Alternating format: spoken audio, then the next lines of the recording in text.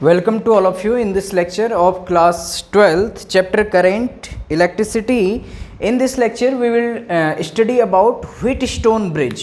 Okay, तो आज के इस लेक्चर में हम नया टॉपिक एक ले रहे हैं व्हीटस्टोन्स ब्रिज।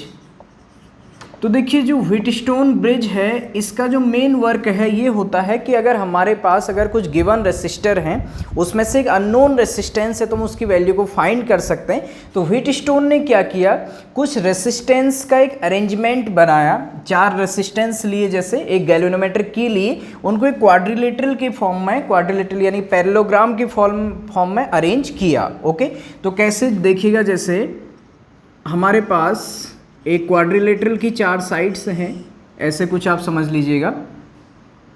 एक साइड हम ऐसे मैं पहले बना दे रहा हूँ आप यहाँ पर। ओके, अब जो पैरेललोग्राम है इस क्वाड्रिलेटरल में इसके चारों एडजेसेंट्स, एक रेसिस्टेंस यहाँ पर जुड़ा हुआ है। ओके, एक रेसिस्टेंस यहाँ कुछ ऐसे अरेंजमेंट किया, एक रेसिस्टेंस हमने यहाँ पे कनेक्ट किया है और एक रेसिस्टेंस हमारा ये कनेक्ट है। तो व्हीटस्टोन ने ABCD ऐसे एक हमारा क्वाड्रिलेटरल लिया है और इसमें चार रेसिस्टेंस को कनेक्ट किया है।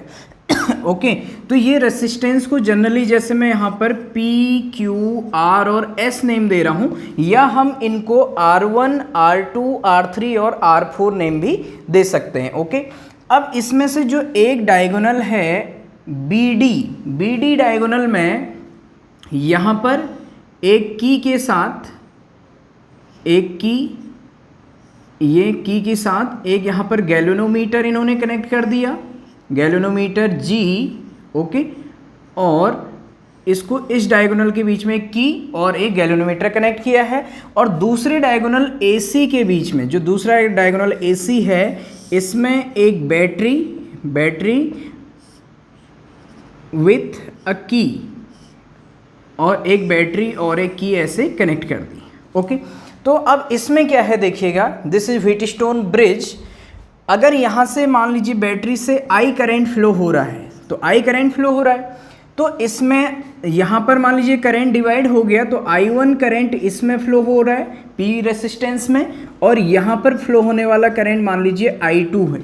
ओके, और तो ये जो अरेंजमेंट है व्हीटस्टोन ब्रिज है। Okay, means four resistances are connected in the form of a quadrilateral and a galvanometer with a key is connected between one diagonal, and in between another diagonal AC a battery is connected with a key. Okay, तो यहाँ पर जो galvanometer के साथ जो की लगी है इसको हम बोलते हैं गैल्वेनोमीटर की, और बैटरी के साथ जो की, दिस इज बैटरी की। अब इसमें मेन चीज एक आता है बैलेंस्ड व्हीटस्टोन ब्रिज। मेन चीज है balanced Wheatstone bridge, this is the main thing.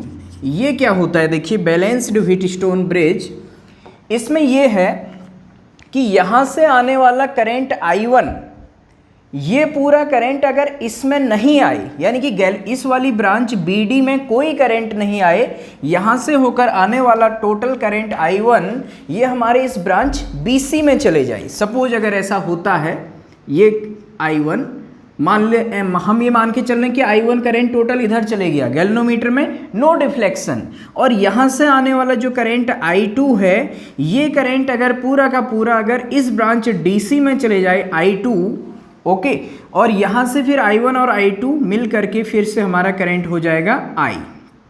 Okay, तो इस केस में अगर हमारा ब्रांच BD में कोई भी करंट फ्लो नहीं होता है, तो इस केस में हम कहते हैं कि हमारा व्हीटस्टोन ब्रिज बैलेंस है।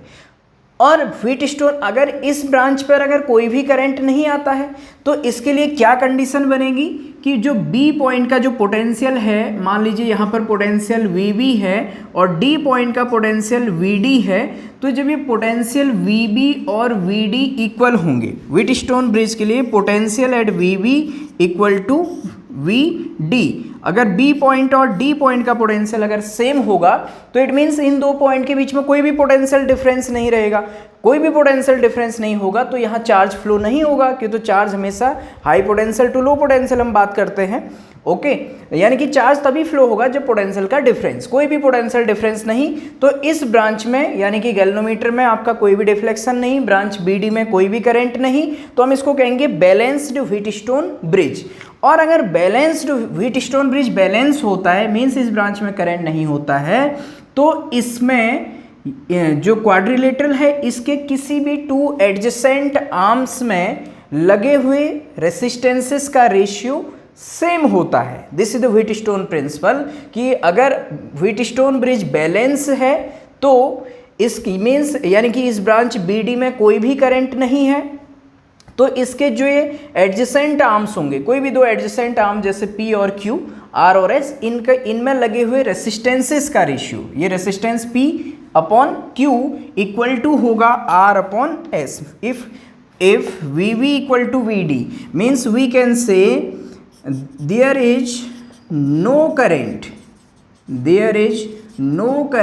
in branch BD, no current in branch BD means no deflection in galvanometer, no deflection in galvanometer। अगर galvanometer में कोई भी डिफ्लेक्शन नहीं है then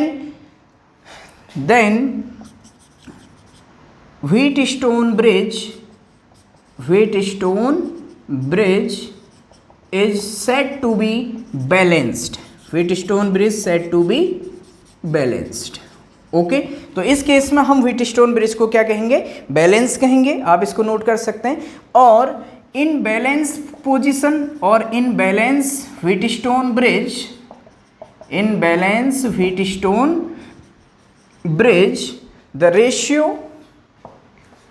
the ratio of resistances connected between two adjacent arms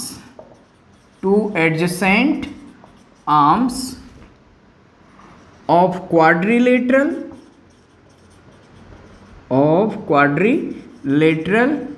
is equal। Means यही Wheatstone principle है। Wheatstone principle क्या है, देखिए, if V B equal to V D हम फिगर में बोल रहे हैं, मीन्स दोनों पॉइंट का पोटेंशियल डिफरेंस सेम है, तो there is no current in branch BD में कोई भी करंट नहीं होगा। Means no deflection in galvanometer में अगर कोई करंट नहीं है, कोई डिफ्लेक्शन नहीं है, then Wheatstone bridge is said to be balance. तो व्हीटस्टोन ब्रिज को हम बैलेंस कहेंगे। और इन बैलेंस व्हीटस्टोन ब्रिज, इसके बाद आपको यही आगे कंटिन्यू लिखना है। In balance Wheatstone bridge the ratio of resistances connected between any two adjacent arms, यहाँ पर लिख सकते हैं any two adjacent arms of quadrilateral is equal. Means जैसे यहाँ पर आप देखें P अपॉन Q, ये ले लीजिए आप, P upon Q equal to R upon S। तो जो P, Q, R और S हैं ये रेसिस्टेंसेस शो किए हुए हैं यहाँ पर, ये आप ध्यान दीजिएगा। या आप कभी इनको R1, R2, R3, R4 भी ले सकते हैं, या आप यहाँ से इसको ऐसे कर लीजिए, R को यहाँ, Q को यहाँ भेज दीजिए, P upon R equal to Q upon S, ये भी आप लिख सकते हैं। ठीक, तो दिस इज व्हीटस्टोन प्रिंसिपल। तो प्रिंसिपल क्या है, अगर व्हीटस्टोन ब्रिज बैलेंस है, नो डिफ्लेक्शन इन गैल्वेनोमीटर है, तो रेसिस्टेंस जो आर्म एडजेसेंट आर्म्स में होंगे क्वाड्रिलेटरल, उनका रेशियो क्या होता है, इक्वल होता है। हम इसको प्रूव भी करेंगे। अब इसको हम रिवर्स वे में भी कह सकते हैं, न्यूमेरिकल सॉल्व करने के लिए। अगर किसी ऐसे नेटवर्क ऑफ रेसिस्टेंस जो कि क्वाड्रिलेटरल के फॉर्म में ऐसे हों, और बीच में भी अगर कोई रेसिस्टेंस भी हो सकता है, कभी इस ब्रांच में भी कोई रेसिस्टेंस हो सकता है, लेकिन ध्यान दीजिएगा, अगर इस जो एडजेसेंट आर्म्स में लगे हुए रेसिस्टेंस हैं, अगर इनका रेशियो सेम होगा, रिवर्स कंडीशन हम कह रहे हैं, अगर P upon Q equal to R upon S होगा, तो इट मीन्स बीच वाले रेसिस्टेंस में या बीच वाले ब्रांच में कोई भी करंट नहीं होगा। रिवर्स भी हम इसका कह सकते हैं। Okay, so this is the Wheatstone principle. अब हम इस व्हीटस्टोन प्रिंसिपल को प्रूव करेंगे। ओके, सो अब मैं इसको मिटा दे रहा हूँ यहाँ पर। अब आप देखिएगा, इसको अगर हम प्रूव करते हैं व्हीटस्टोन प्रिंसिपल को, हम ये मान के चल रहे हैं कि बीच वाले ब्रांच में कोई करंट नहीं है, यहाँ पर I equal to 0, no current है, तो हम P upon Q equal to R upon S proof कर रहे हैं। तो हम प्रूफ करेंगे बाय किरचॉफ लॉ। तो देखिएगा आप bye Kirchhoff's laws, okay.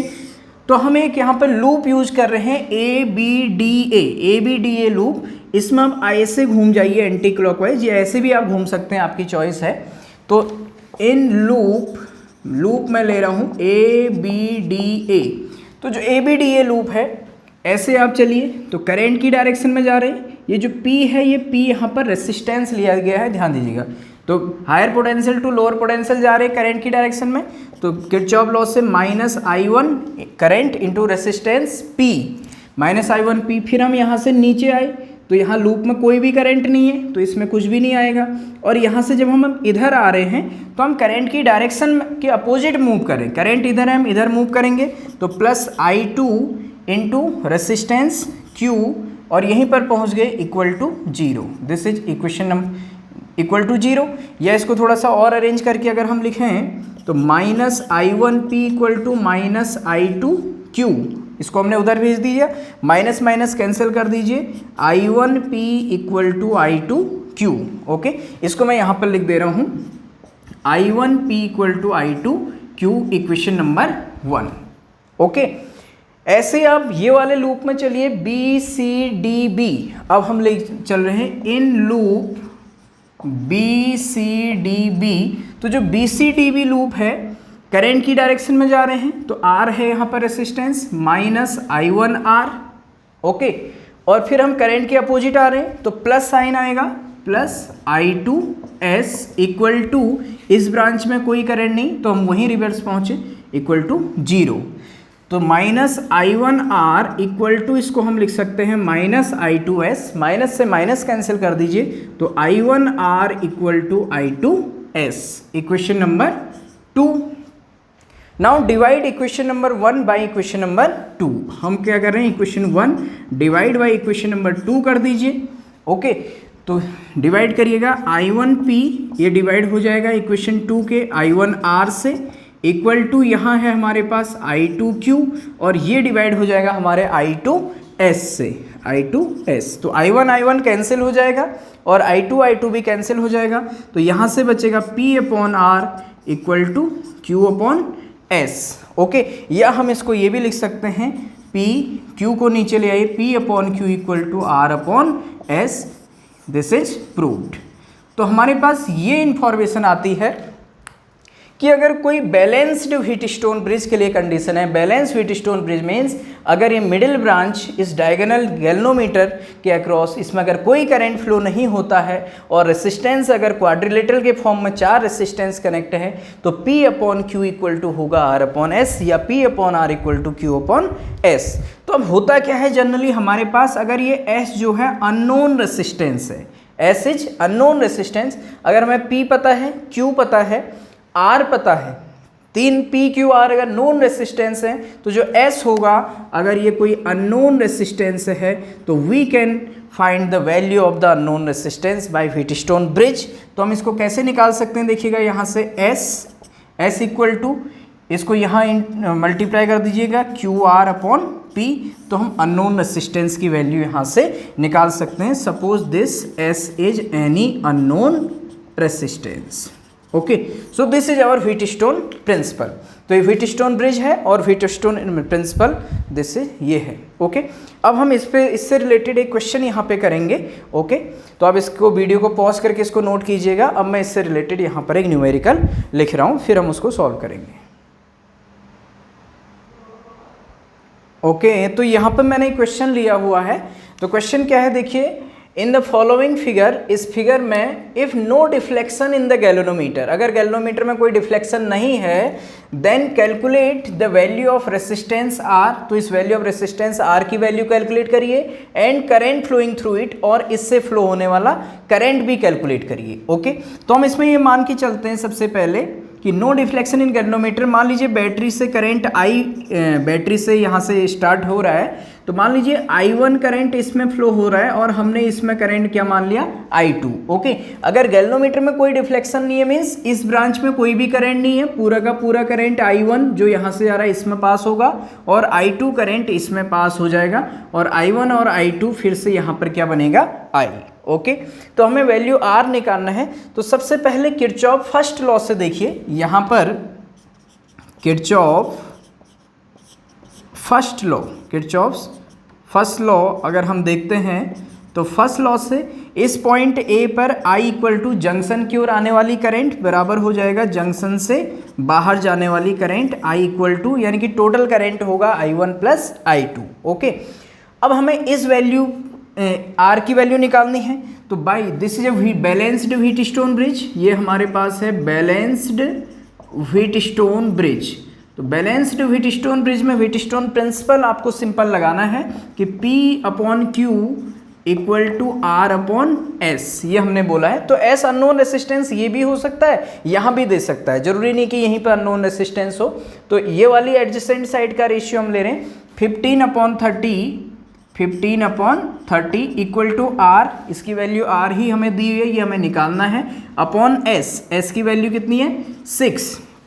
Okay, तो ये हो जाएगा हमारा 1/2 इक्वल टू R/6 यहाँ से, तो R इक्वल टू 6/2 हो जाएगा, तो दैट इज 3। तो हमारा जो यहाँ पर जो रेसिस्टेंस होगा वो बैलेंस कंडीशन में रेसिस्टेंस कितना होगा, 3 होगा। ओके, तो ये रेसिस्टेंस के रेशियो ऐसे रेसिस्टेंस पे डिसाइड होता है, रेसिस्टेंस की वैल्यू रखने पर यहाँ और यहाँ पोटेंशियल सेम बनता है। ओके, अगर इनका रेशियो सेम हो जाए तो बी पॉइंट और डी पॉइंट का पोटेंशियल सेम, इसलिए यहाँ कोई भी करंट नहीं, तो ये 3 ओम आ गया। अब हमें इससे फ्लो होने वाली करंट भी निकालनी है I1। तो इससे होने वाली करंट देखिएगा, तो किरचॉफ लॉ लगा रहे हैं हम। ओके, तो एक हम इस ब्रांच में मैं ले रहा हूँ। Okay, branch ABDA, okay, loop ABDA। तो इसमें देखिएगा -I1 इंटू 15 मीन्स -15I1, ऐसे हम चले, यहाँ कुछ नहीं है और यहाँ करंट के अपोजिट, तो +30I2 इक्वल टू 0, क्योंकि तो हम वही इनिशियल पॉइंट पर पहुँच गए। ओके, तो यहाँ से -15I1 इक्वल टू -30I2 हो जाएगा, तो ये minus minus cancel, I1 equal to 2I2, I1 equal to हो गया 2I2, ये हमें यहाँ से मिला। इक्वेशन 1 हम इसको मान के चल सकते हैं। ओके, नाउ यहाँ बैटरी है, तो या तो आप ABC, यहाँ हम कुछ पॉइंट ले लेते हैं ऐसे ABCDEF, ABCEFA चली जाइए, या शॉर्ट ADCEFA भी ले सकते हैं, कोई भी लूप आप ले सकते हैं। तो इन लूप मैं नीचे वाला लूप ले रहा हूँ ADCEFA,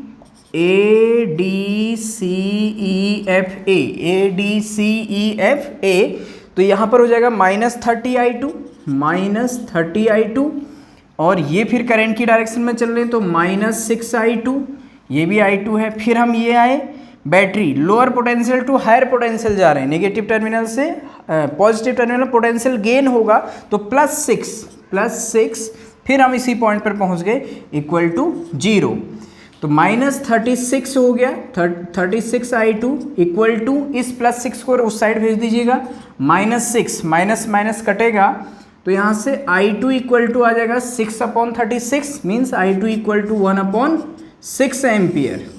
तो I2 आया 1/6 एम्पियर, तो I1 कितना आ जाएगा, I2 की वैल्यू यहाँ रख दीजिए, तो I1 इक्वल टू हो जाएगा 2I2 है, तो I1 equal to 2 into 1/6, that is I1 equal to हो जाएगा हमारे पास 1/3 एम्पियर। I1 कितना हो जाएगा हमारे पास, 1/3 एम्पियर हो जाएगा। और अगर टोटल करंट की अगर हम बात करते हैं, तो total current I equal to हो जाएगा I1 प्लस I2। अगर टोटल करंट निकालना है तो total current I equal to I1 plus I2, तो total current I equal to 1/3 plus 1/6, 1/3 I1 है और I2 है 1/6, तो टोटल करंट हमारे पास हो जाएगा 6, एलसीएम ले लीजिए, तो 2 + 1, तो I equal to 3/6, that is I equal to आपके पास हो गया 1/2 एम्पियर। ओके, तो ये हमारे पास हो जाएगा total current. I1 plus I2 को आपको डायरेक्ट ही सम कर देना है। Okay, so in this way you can solve these numericals. Okay, अगर हमसे ये एक और चीज़ अगर इसमें पूछा जाए कि हम A और C के बीच में इक्विवेलेंट रेसिस्टेंस निकालना है। ओके, तो पहले आप इसका स्क्रीनशॉट लीजिएगा। ओके, अगर हमसे इसी क्वेश्चन में एक और चीज़ कहा जाए कि A और C के बीच का इक्विवेलेंट रेसिस्टेंस निकालिए, और उस मेथड से भी हम इसमें करंट, टोटल करंट हम वैसे भी निकाल सकते हैं। ओके, इसी में मैं एक और चीज़ लिख दे रहा हूँ, find R equivalent resistance between A and C, point A and C के बीच में इक्विवेलेंट रेसिस्टेंस निकालना है। ओके, तो नाउ इसको हम कैसे सॉल्व, देखो इस मेथड से टोटल करंट 1/2 एम्पियर आया है, उससे भी वही आएगा।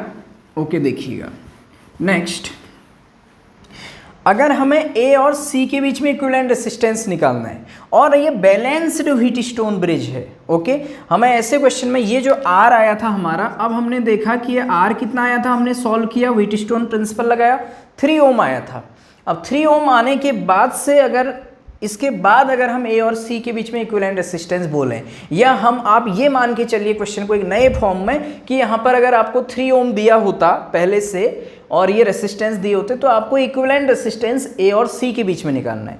तो ऐसी कंडीशन में क्या होगा, देखिए यहाँ तो कोई करंट है नहीं, तो ये ब्रांच ही हट गया, इसका कोई लेना देना ही नहीं है। तो इस केस में ये 15 और ये 3 कैसे हो जाएंगे, सीरीज हो जाएंगे, और ये 30 और ये 6 भी कैसे हो जाएंगे, सीरीज, और 15 और 3 का सीरीज 18, और 30 और 6 का 36, ये क्या हो जाएंगे, पैरेलल हो जाएंगे, तो इक्विवेलेंट रेसिस्टेंस निकल जाएगा। तो देखिए कैसे, इन बैलेंस्ड कंडीशन, इन बैलेंस्ड व्हीटस्टोन ब्रिज, ये तभी होगा कि जब हमारा व्हीटस्टोन ब्रिज क्या है, बैलेंस्ड है। तो ऐसे केस में आपका 15 ohm and 3 Om in series, तो ये सीरीज हो गए, तो इनका R डैश कितना हो गया, मान लीजिए R डैश इनका इक्विवेलेंट, तो 15 + 3 that is equal to 18 ohm.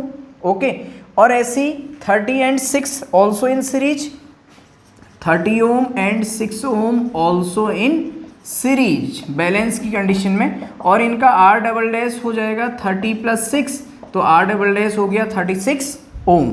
Okay, अब R डैश इनका सीरीज का 18 और इनका सीरीज का 36, R डबल डैश दोनों पैरेलल हो जाएंगे A और C के बीच में, तो यहाँ पर R dash and R double dash are in parallel, तो R डैश और R डबल डैश का R इक्विवेलेंट क्या हो जाएगा, पैरेलल में R1 R2 upon R1 + R2, तो R1 कितना है, R डैश 18 और 36 का निकालना है, तो क्या हो जाएगा 18 × 36 अपॉन 18 + 36, तो R इक्विवेलेंट आ जाएगा हमारे पास, मल्टीप्लाई कर दीजिएगा, 18 × 6 = 108, कैरी 10, 18 × 3 = 54, 54 और 10 64 अपॉन 18 और 36 हो गया आपका 54।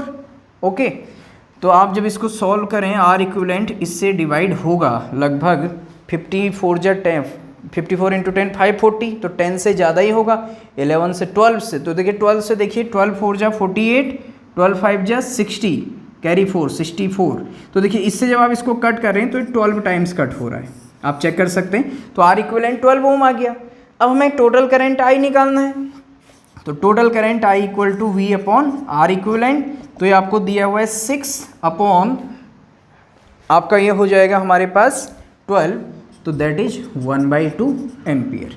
तो जब अगर बैलेंस्ड व्हीटस्टोन ब्रिज हो, या किसी भी क्वेश्चन में अगर यहाँ पर भी सपोज कोई रेसिस्टेंस लगा हो, कोई रेसिस्टेंस R यहाँ पर भी लगा हो, R या कुछ भी वैल्यू का रेसिस्टेंस सपोज 2 ओम का, ठीक है, तो अगर ये बैलेंस्ड कंडीशन में कहा है, तो फिर इस सर्किट का कोई लेना देना नहीं है, आप इसको रिप्लेस मान सकते हैं। ये मान लीजिए कि यहाँ पर कुछ है ही नहीं, डायरेक्ट इनको सीरीज कर दीजिए, इनको सीरीज कर दीजिए, फिर पैरेलल करके इक्विवेलेंट रेसिस्टेंस हम निकाल सकते हैं। ओके, और कभी क्या कहा जा सकता है किसी क्वेश्चन में, अगर किसी क्वेश्चन में अगर ऐसे दिया जाए 15 और 30, अगर रिवर्स पूछ दिया जाए 15 30 और 3 और 6, और आपसे पूछा जाए इन दो पॉइंट के बीच का पोटेंशियल कितना है, या यहाँ पर एक रेसिस्टेंस 2 ओम लगा के उसमें कितना करंट है, तो तब भी जीरो करंट होगा। आप उसमें रिवर्स व्हीटस्टोन ब्रिज प्रिंसिपल लगाएंगे, क्या देखिए इन दोनों का रेशियो देखिए 15/30